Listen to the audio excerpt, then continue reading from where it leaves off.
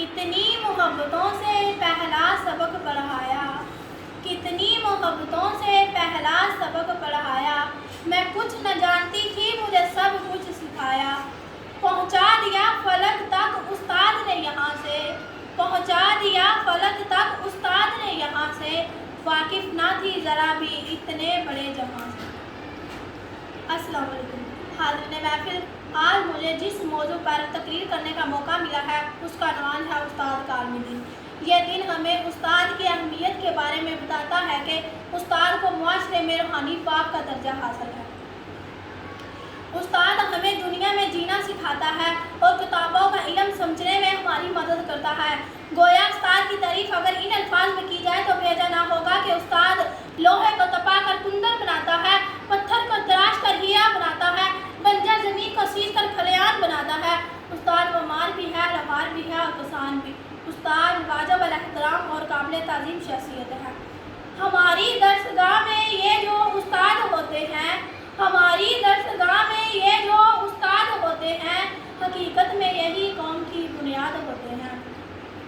حاضرین محفل، اگر حقیقت کی نظر سے دیکھا جائے تو استاد کی حیثیت، اہمیت اور مقام مسلم ہے، کیونکہ استاد ایک نونہا لان قوم کی تعلیم و تربیت کا ضامن ہوتا ہے اور قوم کے نوجوانوں کو علم و فنون سے آراستہ پیراستہ کرتا ہے اور ان کو اس قابل بناتا ہے کہ وہ ملک قوم کی ذمہ داریوں سے عہدہ برآمد ہو سکے۔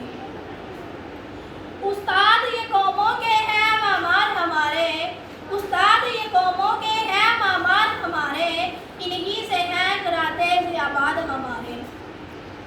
عزیز ساتھیوں، دنیا میں بہت سارے ایسے لوگ ہیں جو کسی کو اپنے سے آگے نکلتا ہوا دیکھتے نہیں ہیں اور دوسروں کی ترقی سے حسد کرتے ہیں، مگر استاد ایسی ہستی ہے جو اپنے طلباء طالبات کو ترقی کرتے ہوئے دیکھ کر خوش ہوتا ہے اور ان کی یہی خواہش ہوتی ہے کہ ان کے طلباء زندگی میں ترقی کرے اور ملک و قوم کا سرمایہ بنے۔